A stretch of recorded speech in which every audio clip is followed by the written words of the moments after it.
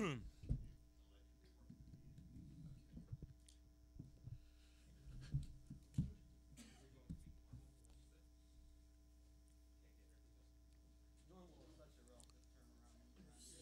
everybody did get in on time except.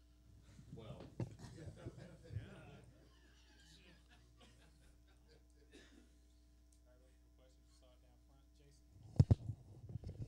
Jason Lloyd, the Athletic. Any Kevin and Kyle update? Kevin will play tonight. Kevin participated in the shoot around this morning, moving really well. He will play. He will be under minute restrictions. Kyle still not certain. He did participate in the shoot around this morning, but he is experiencing a little bit of soreness. He was moving around pretty well this morning, but we're going to wait till game time to see if he's going to be able to go. This is fairly obvious, but how much of a lift is it to get Kevin back? Oh, it's a huge lift. Huge lift. Certainly with Kevin, he gives us that real inside presence along with his ability to shoot the ball from the outside. And more than anything, I think we have really missed being able to go to someone else inside other than LeBron. And again, with his ability to shoot the basketball, you need a guy like that, particularly when he's at the 5. Teams have a tough time matching up with him when he's at the 5, and so it's certainly good to have him back. Is that where you going? Is that where he's going tonight? Is back to center? Yeah, he'll go back to center. Chances are he'll be there most of the night, but there's a chance he could play some 4. We'll see. In long term, is he forward with Larry at center, or is he center the rest of the way? Well, I think we can mix him up. I think that's the beauty of having a guy like him and having Larry Nance Jr. as well. You can move those guys around because they're both versatile bigs. They both can play in. They both can play to the outside. Larry has shown that he has the ability to step out and shoot the ball. So, that was a part of his game that, to be perfectly honest, I didn't know he had that kind of a touch. But both Kevin and Larry give us the ability to move him around. Joe Varden, Cleveland.com. Larry, who overall or who are you going to start tonight? We have not decided. Again, a lot depends on what we hear about Kyle Korver. Okay. But we'll have our normal guys out there, but we'll wait and see what the situation is with Kyle. I'm confused on him because you mentioned that he's sore. We were told it was a off-court family thing. Well, that too. Okay. That too. He's having a family issue with his brother, okay, who has been ill. But he's had a little bit of soreness. Nothing. With his foot. Yeah, nothing. I don't think it'll keep him out. We'll have to wait and see.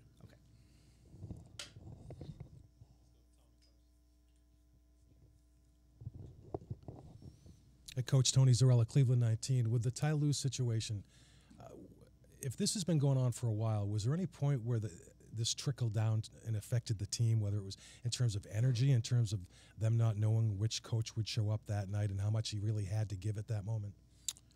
I don't know if there was any kind of a trickle effect. I think players understand that, coaches go through illnesses just like players do. We're gonna try to step out there and do our job as much as we can, as much as our health will allow us to. What T. Lue has shown is he has shown the warrior that he is. I tell you, if you would have left him up to him, he'll be sitting in his chair right now instead of me. That's just who he is. He doesn't want to miss games. He doesn't want to miss practices. He wants to be with the team. But there comes a point where you have to take a step back and you really have to assess things. And I think that's what Kobe did. This thing has kind of been lingering just a little bit too long, and T. Lue needs to really just step away and allow himself to heal before joining the team. Like I said, I know him. And I've been around him. This is our 4th stint together, and I know that this guy has.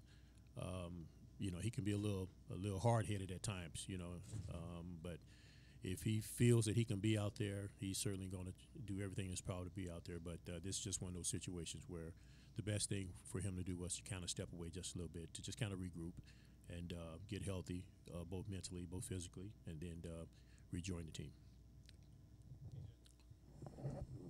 Coach PJ Ziegler, Fox 8. How much game planning will now fall solely on your plate, and will Ty Lue, even though he's away from the team, will he have any role in terms of game planning over the next week or 2 weeks or however long? Well, he texted me. He texted me about 1:30 this morning, and just told me, "Say it's your show," and he wants me to go out there and just kind of do what I do. We'll still do the things that we've that he's implemented.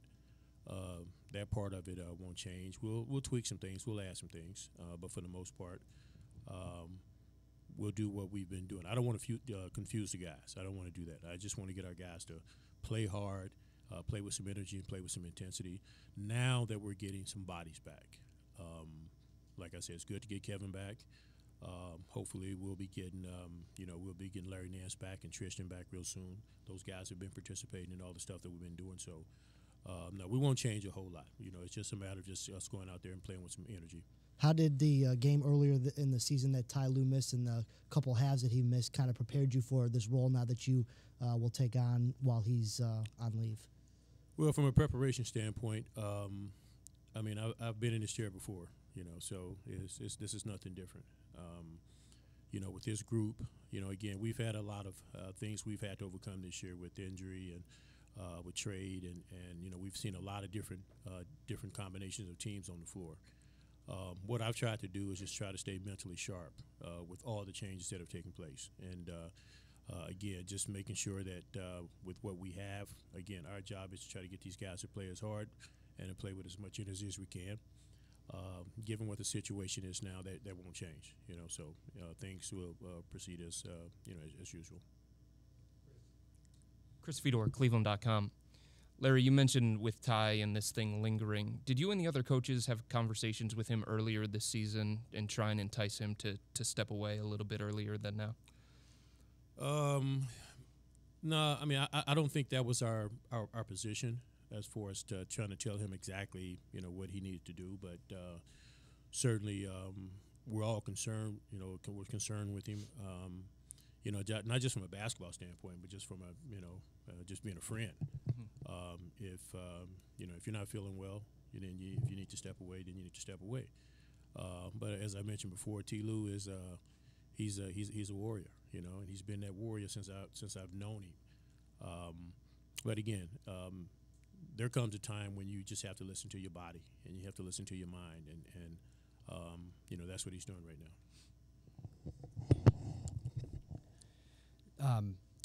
Today is the 2-week anniversary, I guess, of Tristan spraining his ankle. Mm-hmm. They said it'd be 2 weeks. Do you think he'll be back this week? Do you have anything on him? I haven't spoken to medical about him, but just from my observation, just in watching him doing practice, he's really moving around real well. He's pushing off the foot real well. He's running up and down the floor real well. So I would anticipate him being back very soon. I've had a conversation with him, a week ago, and he said that it was really starting to feel a lot better than it had been in the past. But again, in watching him during our practices, you would think, certainly think that he's much closer than what we think. So I'm really hoping that we can get him back, sometime this week. I know Ty keeps strange hours sometimes, but you said he texts you at 1:30 in the morning. Can you give us any more context? Was that just a text out of the blue of, hey, I'm going away, it's your show now? It seems like an odd time to send that text. No, not with him. Not with him. No, I get texts from him all during the night. I know from being a head coach, I know the nights where you just can't sleep. We always keep a little pad right next to our bed because you lay there and you get these things going through your mind with plays, and you probably wake up and you write them down. You jot them down. If you need to get a message to a coach, you do it any time of night. And when we get it, we get it. If we don't, we don't. We talk about it the next day. But that's just a part. That's just a part of this whole coaching thing. There were many nights where I sent my assistants, messages during the early hours or the early mornings of the day. But it's just a part of coaching. Well, kind of along those lines, a lot of different people came out today on Twitter and said, the rigors of coaching, the stress of this job. this is another example of it. You've sat in this chair as a full-time coach, head coach before. Can you describe or quantify the pressure and stress of being a head coach in the NBA, and then on top of that, coaching a player like LeBron, and on top of that, trying to win just all the factors that go into being a head coach? Well, certainly there are some pressures that come with it. I think from a pressure or stress standpoint, the one thing that I tried to remind myself was to not to allow myself to be just totally consumed with coaching. I think everybody, and I don't care what you do in life, you do need a release. Sometimes, as a coach, you wear a lot of hats. That comes with the territory. You wear a lot of hats, and that can put some wear and tear on you. I just feel that it's really important that you do have that release, and you take it when it's allowed. As far as coaching LeBron, LeBron is the ultimate competitor. In all my years as a coach, and I've had the opportunity to coach some of the best, and Kobe, and I coached Michael and Shaq, and all these guys. Here I am now coaching LeBron. Those guys, they were all competitors, and they were ultimate competitors. And certainly, as a coach, there are some things that go on through the course of a season that may raise your stress level. But you have to hang in there, and you have to deal with it. Certainly, with all the things that have happened with us this year, from a personnel standpoint to some of these other personal things that have happened, that wears on you. Certainly wears on you. But again, I think it's important that when you are in this seat, it's important that you find ways to get that release. And something I talked to, he and I had the conversation even when he first took over, because again, being new to this, I'm sure he didn't know exactly what to expect. I'm sure, he had other people that he's had conversation with. He and Doc Rivers are very, very close, and I'm sure Doc had a conversation with him. But that was one of the things that I really tried to make sure that he understood. Because it's a long season. There are a lot of things that happen through the course of the season, from a personnel standpoint to a team standpoint to you personally. And one of the most important things is, for me, was to find ways to find a release when it comes to coaching, but at the same time making sure that I took care of myself. So those are things that I try to always remind myself. Marla Ridenour, Akron Beacon Journal. When I was just wondering, when he texted you, if there was anything you could share that you texted him back? So, just maybe.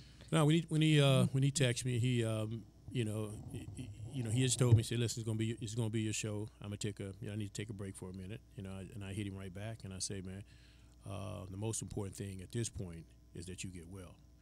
Don't you worry about anything else. Don't you focus on anything else. The most important thing is for you to get well." And I didn't get a text back from him until this morning. It was kind of a thank you, I appreciate it, and I'll be in touch. So that was that.